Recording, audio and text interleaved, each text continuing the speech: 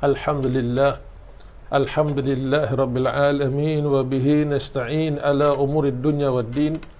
Wassalatu wassalamu ala ashrafil anbiya'i wal mursalin, Sayyidina Muhammadin wa ala alihi wa sahbihi ajma'in. Yang kami muliakan Jamaah Masjid Al-Firdaus, Kuliah Maghrib Misbahul Absar, para jemaah sekalian, Assalamualaikum warahmatullahi wabarakatuh.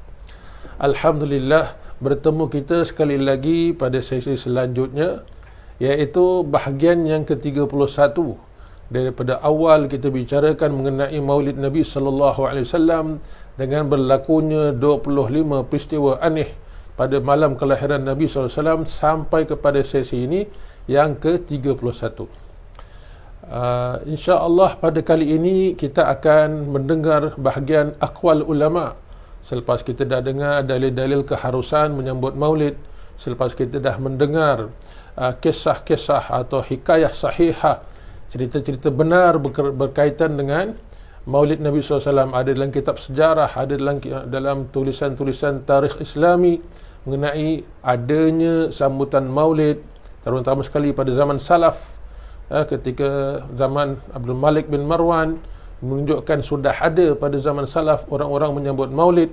Maka kita dah mendengarnya semua itu sampai pada bahagian yang selanjutnya, iaitu aqwalul ulama, iaitu mendengar kata-kata alim ulama dalam menggalakkan dan memberikan sokongan dan ilmu mengenai hadir majlis maulid atau majlis madaih Nabi sallallahu alaihi wasallam. Kita sudah mendengar kata-kata Imam Sya'rawi, kita sudah mendengar kata-kata Imam Salih Ja'fari. InsyaAllah pada kali ini kita akan mendengar pula kata-kata alim ulama yang tak asing lagi, yang beliau ini wafat lebih kurang tahun 2005, iaitu Profesor Sayyid Muhammad bin Alwi Al-Maliki, yang terkenal dengan gelaran Abuya. Beliau ini adalah Musnad Al-Hijaz, Musnad Ahlul Bait fil Hijaz. Beliau terkenal sebagai penyambung sanad-sanad yang ada pada orang-orang di Hijaz, dan beliau itu Ahlul Bait Nabi sallallahu alaihi wasallam. Dan banyaklah kisah-kisah mengenai cerita mengenai karamah beliau, kehebatan ilmu beliau yang dapat kita ambil. Beliau ada memperkatakan sesuatu mengenai Maulid Nabi sallallahu alaihi wasallam. Beliau ada karang kitab mengenai mafahim, kitab yang berjudul Mafahim, yang membetulkan kefahaman-kefahaman yang salah, termasuk membetulkan fahaman orang yang menganggap sambutan maulid ni bid'ah, satu kesalahan, satu kemungkaran. Beliau telah menghuraikannya dan menerangkan ia tidak bukanlah satu kesalahan dan bukan satu bid'ah yang terkutuk atau yang hina. Baik, sebelum kita mendengar kata-kata Abuya atau Habib Muhammad bin Alwi bin Abbas Al-Maliki, saya dapat kumpulkan sini dua sahaja kata-kata beliau. Perlu saya terangkan sedikit mengenai pandangan Islam terhadap adat yang baik. Saya sengaja nak datangkan topik ini kerana apa yang beliau katakan itu nanti kita akan mendengar berkait rapat dengan pandangan Islam terhadap adat-adat yang baik. Dan orang-orang Melayu kita pula termasuk orang-orang yang sangat menyanjung adat-adat yang baik. Sudah tentu adat-adat yang buruk sudah lama dihilangkan, sudah lama dah tiadakan. Alim ulama leluhur kita yang lama-lama sudah membasmikan adat-adat yang tak elok dalam masyarakat kita. Yang kekal hari ini semua yang elok-elok, yang baik-baik. Jadi apakah kaitannya nilai-nilai Islam, nilai-nilai moral dengan adat-adat yang ada?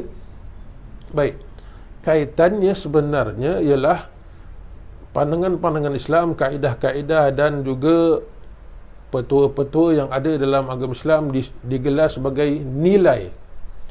Dan adat-adat itu ialah sesuatu yang disematkan dalam kehidupan seharian, maka disebut adat. Nilai itu tergantungan di awang-awang. Nilai itu sesuatu yang tak tersemat. Ia adalah sesuatu yang tergantung di awang-awangan. Kitalah yang mengambilnya, yang masukkan dalam kehidupan kita. Nilai itu ada dalam Al-Quran, nilai itu ada dalam hadis. Dia hanya tinggal di awang-awangan saja kalau kita tak ambil dan masukkan dalam budaya kehidupan kita. Itu kaitan adat dengan kehidupan. Jadi perlu kita ambil nilai-nilai murni dalam Quran dan Sunnah, masukkan dalam penghidupan, sematkan dia bagaikan pin yang menyemat dalam pakaian kita. Ibaratnya seperti benang. Adat tu bagaikan benang. Dia mencantumkan nilai-nilai yang ada dalam Al-Quran dan Sunnah. Maka adat itu bagaikan benang yang mencantumkan. Pakaian kita ini kalau tak ada benang, bagaimana yang lengan nak bercantumkan dengan yang baju yang dasar. Benang tu peranannya besar, mengikat. Jadi adat-adat yang baik ialah mengikatkan nilai-nilai dalam kehidupan. Itu kita nak kena faham dahulu. Dan ahli bijaksana, ulama-ulama kita mengatakan, orang-orang yang bijak, orang-orang yang pandai menjadikan adat semacam ibadat. Ini lagi satu. Ingat, semacam bukan maknanya jadi ibadat, tapi semacam. Adat-adat yang baik, jika dilakukan dengan niat yang baik, niat yang ikhlas, dia akan bertukar menjadi semacam ibadah, mendapat pahala. Dalam bab ini saya ingatkan kepada hadis Nabi SAW yang pernah mengatakan, jangan kamu meremehkan, merendahkan satu kebajikan walaupun kecil macam mana. Walaupun kamu senyum di wajah kawan kamu, saudara kamu, itu ada sedekah, ada pahala. Jangan anggap tu tak ada apa-apa. Alah, senyum tu ada sebalik, ada makna di sebalik, ada udang di sebalik batu, kita dah mula buruk sangka. Padahal dia nak melakukan satu ma'ruf, satu perkara yang baik. Dan kita tak boleh meremehkan, merendahkan satu kebajikan walaupun sekecil mana. Melihat orang, seseorang yang jalan di masjid, lalu nampak ada daun kering atau nampak kertas yang tercampak di lantai, dia ambilnya dan membuangkannya ke dalam tong sampah. Itu satu ma'ruf, satu kebajikan. Kita berbaik sangka, mudah-mudahan dia mendapat pahala, mudah-mudahan Allah jauhkan dia daripada bala yang mendatang. Kita doakan orang ni, jangan mengatakan action baik, ala nak tunjukkan dirinya bagus. Jangan kita berburuk sangka, jangan cepat kepada yang buruk. Rasulullah tak kasih, Allah tak izinkan kita berpandangan demikian. Ini asal yang kita nak bincangkan ialah adat-adat yang baik, perbuatan-perbuatan yang baik. Kita boleh menukarkannya menjadi ibadah. Seorang suami menyuapkan kepada isteri dengan niat supaya mudah-mudahan dia sihat, mudah-mudahan dia mendapat kekuatan untuk ibadah pada Allah. Dia suapannya ke mulut isteri menjadi pahala, menjadi sedekah. Kan asalnya adat tak ada dosa, perkara-perkara adat tidak ada dosa dan pahala, sebab itu kebiasaan kita. Tapi kalau dilakukan kerana Allah dengan jujur, semua adat-adat itu boleh bertukar menjadi ibadah, pahalanya, walaupun asalnya bukan ibadah. Dia boleh bertukar. Kalau orang tu mempunyai niat yang baik, tidurnya, makannya, minumnya, semua bertukar menjadi ibadah. Ini kita nak kena faham dulu sebelum mendengar kata-kata daripada abuyah kita. Adat yang baik, kalau kita ambilnya, menyanjungnya dengan baik, kita menjunjungnya dengan baik, dia menjadi ibadah walaupun asalnya bukan. Malah dalam hadis Nabi ada menyebut wa fi budai ahadikum sadaqah, hatta bersatunya suami kepada isterinya pun sedekah. Orang para sahabat tanya, adakah kita melayani syahwat kita dikira sedekah ya Rasulullah? Ya, kalau diletakkan pada yang haram dapat dosa kan? Kalau buat yang ke dalam halal, pahala. Tengok macam mana niat seseorang tu boleh menentukan benda-benda adat biasa kehidupan kita bertukar menjadi ibadah, menjadi pahala. Ini dia yang kita nak bincang ni. Sebab tu orang-orang ulama-ulama Nusantara kita pakar dalam menjadikan adat-adat itu semacam ibadah. Adat baik tu dijadikan seperti ibadah. Kita nak kena tahu asal usulnya itu memang adat, tapi kerana niat baik dilakukan kerana Allah, dapat pahala semacam ibadah juga. Ini yang kita sedang bincangkan dalam topik ni. Sebab tu ada pepatah atau peribahasa Melayu, adat bersendi syarak, syarak bersendikan kitab Allah. Bermakna adat yang kat sini ialah adat yang baik. Tak pernah ada peribahasa Melayu memuji adat yang buruk, yang jahat, tak ada. Semua adat-adat ini adalah adat yang baik. Biar mati anak, jangan mati adat. Itu adat yang baik, bukan adat yang khurafat, bukan adat yang menyalahi agama. Itu adat yang baik. Bermakna biar kita semua hancur, biar kita semua mati, tapi adat orang Melayu jalan terus. Apakah dia adat Melayu jalan terus? Sopan santun, berbudi bahasa, mengenang orang yang pernah buat jasa pada kita, bersilaturahim, walaupun dicerca kita bersabar. Ini semua adat orang Melayu. Dah hari ini dah makin berkurangan, kerana orang Melayu dah tak nak ambil lagi hal-hal yang ada dalam adat Melayu. Adat Melayu yang ada ini diatur ulama supaya berpanjangan, dimasukkan dalam adat kita. Datang pula versi-versi akhir zaman ini, datang pula fahaman-fahaman fitnah daripada kota Najat, memisahkan ini Melayu, ini Islam, ini Melayu di Islam, jangan ikut yang Melayu, ikut yang Islam. Dipisahkan. Kalau dipisahkan, ini satu porak-poranda yang besar dalam 10 tahun, 20 tahun akan datang. Jangan pisahkan. Mana yang baik ada pada adat-adat Melayu, itulah yang Islam sokong. Agama tak menentukan satu budaya tertentu. Dia boleh masuk pada semua bangsa-bangsa dan budaya. Dia boleh menegakkan semua yang baik akan tertegak, dan budaya Melayu akan terus tertegak kerana nilai-nilai Islam dah disematkan di dalamnya. Kan? Sebab itu, kalau adat bersendikan syarak dan syarak bersendikan kitab Allah, akhirnya adat bersendikan kitab Allah. Ini kalau kita gunakan mantik, kalau gunakan syaklul awal, syaklul thani, dan natijahnya begitu. Adat bersendikan syarak, syarak bersendikan kitab Allah, akhirnya natijahnya adat bersendikan kitab Allah. Itu yang kita sedang hadapi sekarang. Adat bersendikan kitab Allah. Ada orang Melayu kita semua bagus hari ini, semuanya bernilaikan kitab Allah dan sunnah Nabi SAW. Sebab itu kita lihat pada hari raya, tak jumpa pada negara-negara lain yang dunia Arab berkunjungan yang begitu kuat seperti mana orang-orang kita bersilaturahim, berjumpa sanak saudara pada hari raya. Tak nampak pun dalam hadis, dalam Quran menyuruh kita pada hari raya pergi ziarah semua saudara-saudara kita. Tak jumpa. Tapi ingat, nilainya Islami, nilainya sangat tersokong. Maka di antara ulama-ulama kita, biarkanlah sebagaimana bulan Ramadan kita sudah ibadah pada Allah, jadikan Syawal kita dengan manusia, kita dengan kaum kerabat kita rapatkan semula. Kerana satu bulan ni kita dah konsentrasi ibadah banyak sangat, kita mungkin terlupa sanak saudara.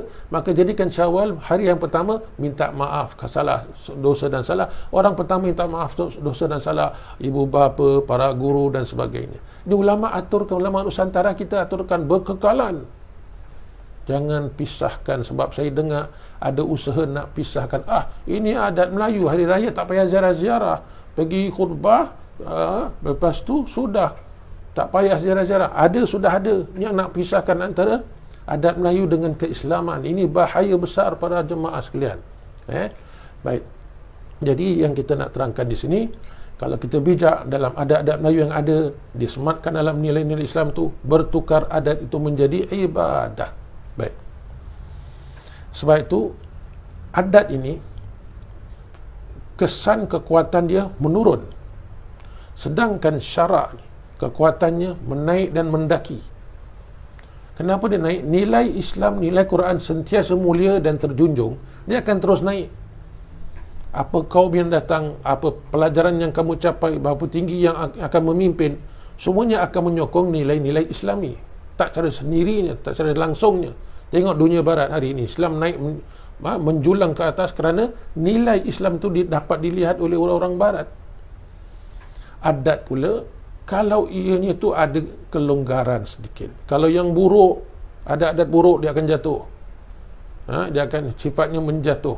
Sedangkan Islam, nilai Islam adatnya mendaki, naik ke atas, dan dia akan memimpin memerintah dengan pakaian adat. Sebab tu ada pepatah Melayu, adat menurun, syarak mendaki. Jadi ini semua adalah perkara yang perlu kita ambil kira dahulu sebelum kita mendengar kata-kata Abu Ya. Baik, saya ringkaskan di sini.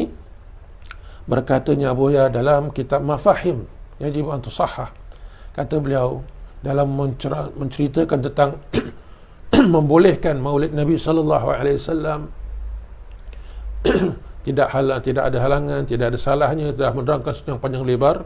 Beliau tutupkan dengan walhasil annana la naqul bi sunniyatil ihtifal maulid al-madhkur fi lailatin makhsusah bal man i'taqada dhalika faqad ibtada'a fi ad-din li'anna dhikrahu sallallahu alaihi wasallam wa ta'alluqu bih yajibu an yakuna fi kulli hin wa yajibu an tamla'a bihi an-nufus.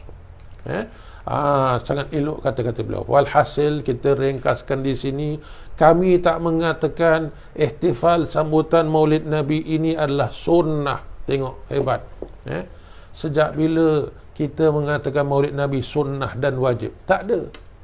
Kalau kita mengatakan menyambut Maulid itu sunnah, ada sumbernya daripada hadis atau Quran, atau wajib ada sumbernya daripada hadis atau Quran, maka itu sudah ada dalam maka itu adalah satu bid'ah mungkar, kerana tak ada, kita ada-adakan benda yang tak ada tu mungkar.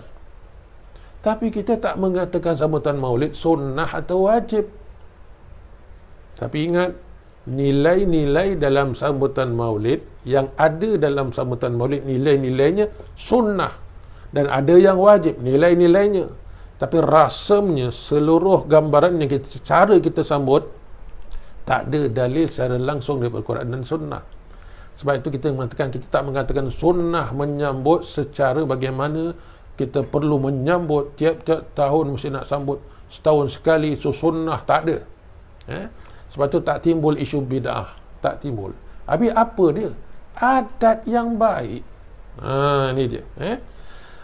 Itu adalah satu adat yang baik yang harus kita junjung. Benda yang baik harus kita junjung.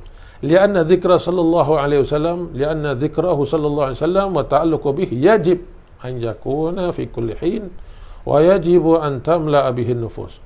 Sedangkan mengingati Rasulullah SAW adalah perkara wajib pada setiap masa dan wajib dipenuhi pada setiap jiwa. Itu wajib. Sebab kita ni adalah umat, harus ikut kepada junjungan kita sallallahu alaihi wasallam. Itu wajib. Setiap masa setuju, tak ada masalah. Cuma kita tak pernah mengatakan sunnah sambutan Maulid, wajib. Kalau kita mengatakan demikian, benarlah yang satu bid'ah. Saya adalah orang pertama yang akan menyokong mengatakan ini adalah bid'ah mungkarah, kita harus membasmi. Saya orang pertama. Sebab kalau kita mengatakan dia sunnah atau wajib, tetapi adalah adat yang baik. Nanti kita akan dengar lagi kata-kata ulama selepas ini yang mengatakan sambutan Maulid adalah adat yang baik. Ada mengatakan bid'ah yang baik. Kenapa disebut bid'ah? Sebab benda itu baru, bentuknya baru. Kenapa dia cakap baik? Sebab nilainya dalam bagus. Ada tak perkara baik yang tak disebut oleh Quran dan Sunnah? Banyak. Al-khair kathirun. Sesungguhnya kebaikan itu terlalu banyak. Quran hanya memberitahu mana yang larang saja tak boleh. Kebaikan terlalu banyak. Apa dalilnya? Innallaha katabal ihsana ala kulli syai'. Allah jadikan ihsan pada setiap sesuatu. Maknanya setiap barang banyak kebajikan. Sebab itu kebajikan tak boleh kita khususkan mesti nak macam gini. Kebaikan mesti nak ada kekurangan macam gini. Kebaikan mesti nak ada hadis gini. Tidak. Kebaikan tu boleh bertukar-tukar pada zaman yang berbeza-beza. Contohnya derma ginjal. Tak ada jumpa sunnah hadis yang derma ginjal tu benda baik. Tak ada, tak jumpa, pasal benda tu baru. Jadi boleh tak benda-benda yang baik berkembang lagi tapi tak ada pada zaman Nabi? Ada, dan pasti akan berlaku. Banyak lagi benda-benda baik yang banyak tak terjumpa pada zaman Nabi SAW. Sebab kebaikan tu akan meluas, apalagi zaman teknologi dan zaman digital. Kebaikan boleh berlaku hanya dengan WhatsApp, dengan Facebook. Tak ada dalil pula Facebook dengan WhatsApp. Macam mana kita nak jadikan kebaikan? Tengok nilainya. Kita lihat pada nilai. Jangan tengok pada rasam yang baru. Jangan tengok gambaran yang baru. Tengok nilainya. Apakah ia adalah sharing untuk memberitahu kepada orang tentang kebaikan? Walaupun di WhatsApp, walaupun di Facebook, maka dia adalah satu kebaikan. Tetapi kalau dalam website dan Facebook tu satu fitnah, satu benda yang tak baik, yang tak harus kita dengar, walaupun ceramah agama, jangan dengar, tutup. Walaupun rancangan radio, jangan dengar, tutup, kerana difitnah. Nabi ada sebut fitnah agama akan keluar di kota Najat. Di kota Najatnya akan keluar fitnah agama, jangan ambil. Tetapi masya-Allah, ramai sangat terambil agama mereka daripada kota Najat. yang Rasulullah ada terangkan. Jangan ambil daripada kota najat. Kota najat lah derang. Apa ciri-ciri kota najat ini? Quran sunnah nak subscribe ulama. Ini dia. Kita mesti ambil ilmu ulama. Quran sunnah ni bukan peringkat kita punya mustawa, peringkat belum lagi. Ambil ilmu ulama, kita akan selamat, kerana ulama takkan ambil melainkan daripada Quran dan sunnah. Siapa kita nak ambil langsung daripada Quran sunnah, kita tak faham. Banyak perkara yang sangat berjauhan daripada huraian-huraian ulama dengan asal ayat Quran. Ayat Quran mengatakan gini, bila mereka dah hurai jadi begini, maka keluarlah satu ilmu yang kita lihat seolah-olah tak berkait. Pasal kita tak baca kitab ulama, kita nampak dia bid'ah, cuba kita baca, oh berkait rupanya. Banyak ilmu-ilmu budaya-budaya yang dikatakan baru dan bid'ah, semuanya berkait dengan Quran dan sunnah, cuma tak dapat dilihat kerana tak dibaca. Kenapa tak dibaca kitab ulama? Kerana membaca kitab ulama bagi setengah-setengah mereka, iaitu daripada kota najat ini, bid'ah. Nabi tak pernah galakkan baca kitab ulama. Nabi galakkan baca Quran, baca sunnah Nabi. Dah. Itu saja. Tapi kalau kitab ulama tak ada dalil, sebab tu mereka tak baca kitab ulama kita. Sebab bagi mereka ni kalam menas, kata-kata manusia biasa, tak ada faedah. Mereka rendahkan ulama sampai begitu sekali. Baik. Jadi dalam bab ini kita dah terangkan kata Abu Yah kita, yang mana beliau mengatakan kita tak pernah mengatakan ia adalah sunnah, sebab itu adalah akan menjadikan dia bid'ah kalau kita mengatakan sunnah, menyambut maulid Nabi SAW. Tapi nilai-nilainya adalah baik dan bagus, kerana kita perlu cari jalan untuk mengisikan jiwa ini dengan ingatan kepada Nabi, mengisikan ingatan dan jiwa kita, dua, mind and heart, mind and soul, dua-dua ni berbeza. Satu bentuk intellectuality, satu emotional base, satu intellectual base. Dua-dua ni nak kena isi ingatan kepada Rasulullah SAW. Baik, sebelum penutup, ada lagi satu kata Abu Yah yang boleh saya share mengenai cantiknya huraian beliau yang mengatakan bahawa ini adalah satu adat yang baik, tak perlu kita kecoh-kecoh, tak perlu kita menjadikan masalah. Hari ini juga ada orang buat ayam goreng amal, nasi biryani amal. Tak ada pada zaman Nabi SAW amal-amal jadi macam gini. Apakah dia betul amal? Betul, caranya baru, tapi masih isinya adalah bersedekah. Jadi kita tengok format akan berubah lagi, banyak akan berubah, tapi nilainya, adakah ia ibadah atau ia adalah mungkar? Baik, yang terakhir kata Profesor Sayyid Muhammad Ali Maliki, kata beliau, saya terjemahkan dalam bahasa Melayu, tidak layak seorang yang berakal bertanya, mengapa kalian memperingati maulid? Kerana seolah-olah ia bertanya, mengapa kalian bergembira dengan adanya Nabi sallallahu alaihi wasallam? Tengok psikologi dia tinggi. Kita patut tak boleh menegah, tak boleh bertanya. Automatik jiwa kita akan suka. Orang yang kita suka, kita akan suka ingat padanya selalu. Mana aktsara syai'in aktsara min dzikrih. Barang siapa suka kepada sesuatu, dia akan banyak ingatannya kepadanya. Jadi kita kan digalakkan suka kepada Nabi supaya kita dapat ingat Nabi, dan apabila kita banyak ingat Nabi, banyaklah ilmu kita dapat daripada ajaran Nabi sallallahu alaihi wasallam. Jadi kalau kita tanya kenapa nak kena buat sambutan Maulid Nabi, seolah-olah kenapa kau gembira dengan Nabi? Sebab para sahabat gembira dengan Nabi. Kan kita pernah dengar hadis yang lalu kita dah terangkan. Rasulullah tanya, kenapa kamu berkumpul berzikir beramai-ramai? Aku tak suruh. Waktu ghuduin wal asal, pada petang dan malam kamu berkumpul ramai-ramai. Ini Rasul tegur siapa? Ahli sufah, yang miskin-miskin, orang berkumpul, orang berzikir. Antara jawapan mereka, li'anna Allah manna bika alaina, kerana Allah telah memberikan engkau kepada kami. Bukankah itu satu kegembiraan sehingga menjadikan dia berzikir, bertahlil, berduduk bersama-sama yang tak pernah Rasulullah ajar? Kerana dasarnya hanya suka, gembira kerana Rasulullah tu dikirimkan Allah kepada mereka. Kalau sahabat gembira dengan Rasulullah, apakah kita tak layak untuk gembira dengan Rasulullah? Para sahabat itu pagi dan petang mengingati Allah kerana gembira dengan Rasulullah. Apakah salah kalau setahun sekali kita mengingati Rasulullah SAW dengan baca doa-doa dan bertasbih? Sehingga ayat turun, wasbir nafsaka ma'al ladina yad'una rabbahum bil ghadati wal ashi. Sabarkan dirimu wahai Muhammad. Sebab Rasulullah tanya begitu, Allah dah tegur, sabarkan dirimu wahai Muhammad dengan orang-orang yang berzikir pada Allah siang dan malam. Allah endorse pada ahli suffah yang bergembira dengan pemberian Allah kepada mereka, iaitu junjungan kita Nabi Muhammad SAW. Formatnya sama, ceritanya berlainan, tapi nilai yang sama, gembira, bersyukur pada Allah atas kurniaan Allah seorang manusia yang hebat, iaitu Rasulullah SAW. Untung kita, umat ini dinaikkan taraf di akhir zaman atau di hari kiamat, umat ini akan naik darjatnya tinggi umat ini kerana Rasulnya sallallahu alaihi wasallam. Kerana Rasulullah, umat ini akan dinaikkan Allah SWT. Takkah kita gembira? Maka itulah dia. Dan sampai di sendahulu insya-Allah kita akan cari juga kata alim ulama yang nusantara kita kalau ada. Kalau tidak, kita akan mula beralih kepada ulama-ulama Arab international yang besar seperti Imam Sayuti dan sebagainya dalam menggalakkan majlis Maulid Nabi SAW. Sampai di sana dulu, insya-Allah akan kita ketemu pada masa-masa akan datang. Wabillahi taufiq wal hidayah. Wassalamualaikum warahmatullahi wabarakatuh.